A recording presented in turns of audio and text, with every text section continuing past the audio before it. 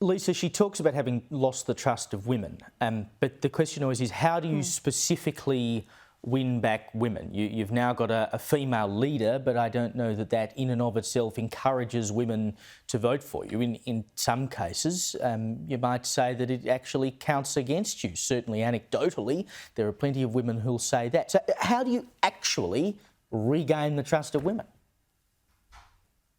Caleb, if you and I can answer that tonight, we'll have jobs with the Liberal Party by tomorrow morning. Look, what I think is that they really need to start to look at, it's not just this women issue. We all have cost of living problems. Whether you're male or female, you were out there at the grocery store, you were all suffering at that price point. I just don't think they hammered home that message hard enough. And this idea, look, it's great that Sussan Ley is now the first female leader of the Liberal Party. Great. I don't believe in quotas. I don't think that we should rejoice at the fact that we're celebrating this based on gender. However, she is there now. Whether that will be a turning point for voters and female voters, I don't know if it will. If you look to the US, if you look at the votes that Kamala Harris was getting compared to Biden, she actually had fewer female voters backing her in. So I don't know how much you can back in this idea that you put a woman in the leadership position and all of the women are going to follow behind like the Pied Piper and everyone behind her. I just don't think it's enough. They do need to come up with some policies that actually cut through. And yes, what she has said on the weekend, great.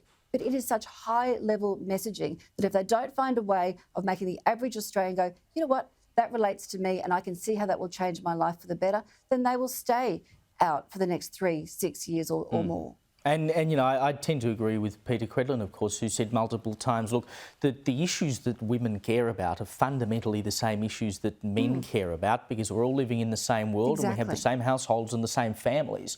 So we all see the same things. And there's probably an argument to be made, and you know, all the people out there, don't come for me for saying it, because it is true. I'm not saying that it should be otherwise or whatever, but the reality is that women still do perform a lot more of the household duties than men do. And so you could make the argument that things like cost of living, women would be even more acutely aware of, because they're looking at those numbers every day.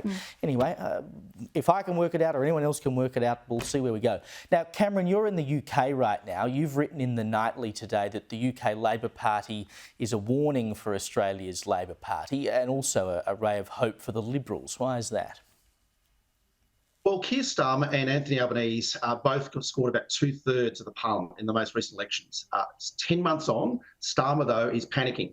He's soiling the sheets of government, I wrote in my column today, because Reform won a by-election and won about 650 seats out of 1,600 in local councils. So Reform, Nigel Farage's party from the right, has taken Labor vote and taken Conservative vote and built themselves as a second force against Labor. There are people in Labor now talking about not being at government for 2 or 3 terms. They're talking about losing in 4 years' time, because red wall Labor seats are going to Reform, and Keir Starmer is seen as someone who's weak and not up to it. That sounds familiar probably to a lot of viewers with Albanese as well. So the lesson for Labor isn't how many seats you won only 2 weeks ago. It's what voters think of you on a daily basis. If you lose the trust of voters, you're going to lose the next election.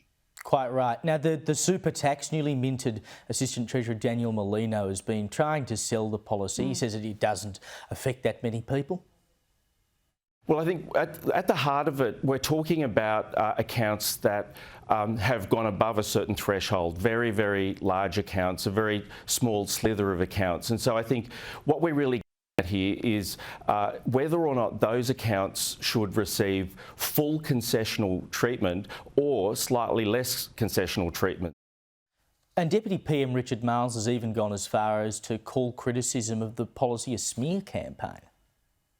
It was taken to the Australian people within the last month. So, I mean, what we've seen here is the Liberals, in a desperate attempt to find something to talk about, run a smear campaign in relation to this. But fundamentally, this is a policy which has been out in the open for a long period of time.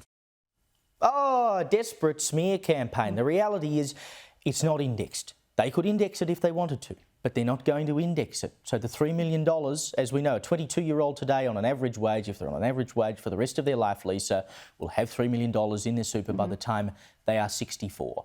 If it was really about being fair, you'd index it. You can't call it a smear campaign. No, and the way they're getting through with this messaging is to put in us and them. So don't worry about it. It's just the rich end of town. It's the top end of town. Average Aussies don't need to worry about it. The smear campaign should have come from the Liberal Party during the election campaign. That's when they should have made this front and centre and explained to the younger voters who they're trying to win over, this is how this will impact you. As you put your money into super now, by the time you retire, this is how this will impact you. But they didn't do it. They didn't play the long game and explain it to the younger voters that they need to win across. And so right now, Miles can stand there and say, well, you know, you're throwing mud, but really there's nothing you can do to stop it. Cameron, very quickly.